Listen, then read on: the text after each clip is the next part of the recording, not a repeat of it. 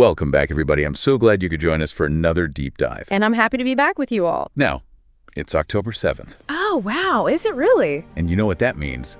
Time for another trip through the annals of history. Always a good time. Where are we headed today? Well, get this. Today, we're looking at 3 totally different events, all happening on October 7th, that, believe it or not, all have something to do with how we communicate. Oh, intriguing. I'm already hooked. All right, so first up, we're winding the clock way, way back. 480 BC, ancient Greece. Imagine this: white marble temples, philosophers debating life's big questions. And I'm guessing a whole lot of sandals. Oh, you know it. But amidst all that, there's a looming threat: the Persian Empire. They're about to knock on Greece's door, and it's not for a friendly chat about philosophy. Right, because the Persian Empire at this time was a force to be reckoned with. We're talking a massive army, a navy that could practically blot out the sun, all led by Xerxes, a ruler with, shall we say, a bit of an ambition problem. Yeah, Xerxes was not messing around. And the Greeks, well, they were a little outmatched. Instead of one big empire, you've got a bunch of independent city-states, each with its own thing going on. It's like trying to organize a potluck. You know, everyone brings something different to the table. That's a pretty good analogy, actually. So how did the Greeks, with their potluck of city-states, stand a chance against this Persian juggernaut? Well, they had a few things going for them. First, they were incredibly strategic thinkers. They knew they couldn't match the Persians soldier for soldier, ship for ship, so they had to be clever. Right, like you've got to use what you've got. Exactly, and what they had was, among other things, a pretty sharp understanding of communication and how to, shall we say, use it to their advantage. Ooh, okay, I'm intrigued. Give us an example. Take the Battle of Salamis. Now, the Persians vastly outnumbered the Greeks, but the Greeks managed to lure the Persian fleet into this narrow strait. Having a tight spot for a big, powerful navy to be, right? Exactly, and that was no accident. See, the Greeks kind of encouraged the Persians to chase them into the strait. Encouraged. How'd they manage that? Let's just say some carefully worded messages might have been involved. Messages that didn't quite tell the whole story. Basically, they used misinformation to manipulate their enemy. Wow, talk about a high-stakes game of telephone. But it worked. It did. The narrow strait neutralized the Persians' numerical advantage.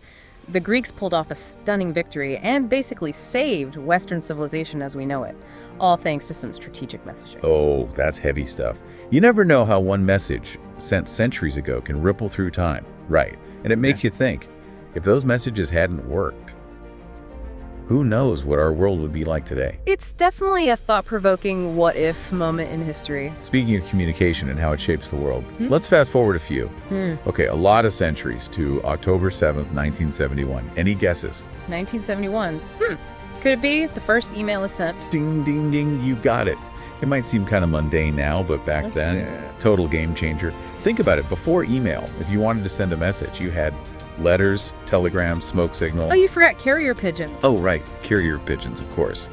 Imagine waiting days, weeks even, for a message that important. Right. Instant communication as we know it simply didn't exist.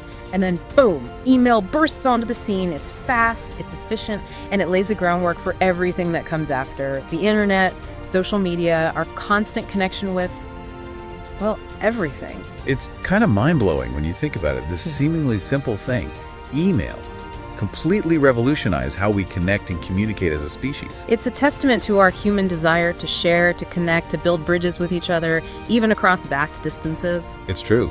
And it goes to show, even something as everyday as sending an email has roots in this long, incredible history of human communication, stretching back to, well, ancient battles and maybe even those carrier pigeons. Absolutely. We're constantly building upon what came before, finding new ways to connect and share with each other. All right, ready for our final stop on this October 7th journey through time? Hit me with it. We're blasting off into space.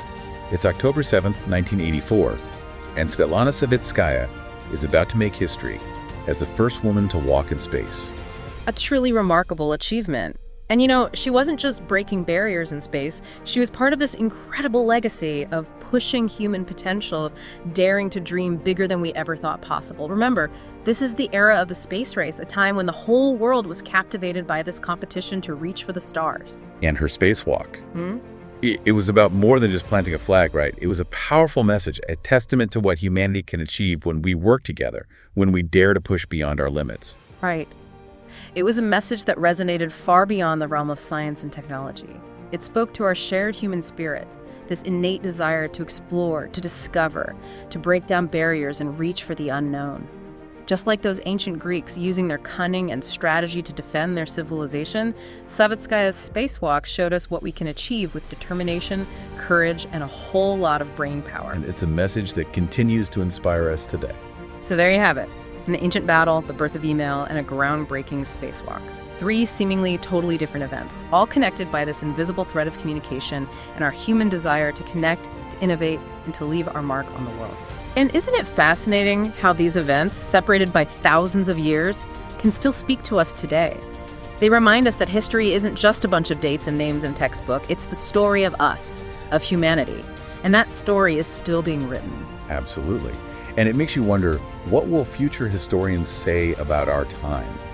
What events will they point to as turning points, as moments that shaped the course of history?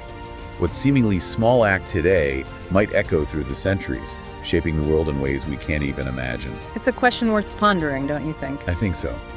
Thanks for joining us for another deep dive. Until next time, keep exploring, keep asking questions, and keep making history. Smash that like button. Please subscribe. Exactly. We're going to see what makes those effective or not so much. Thanks for tuning in to HistoryPod channel. We hope you enjoyed this dive into history. If you did, please like this video and subscribe to our channel for more fascinating stories from the past.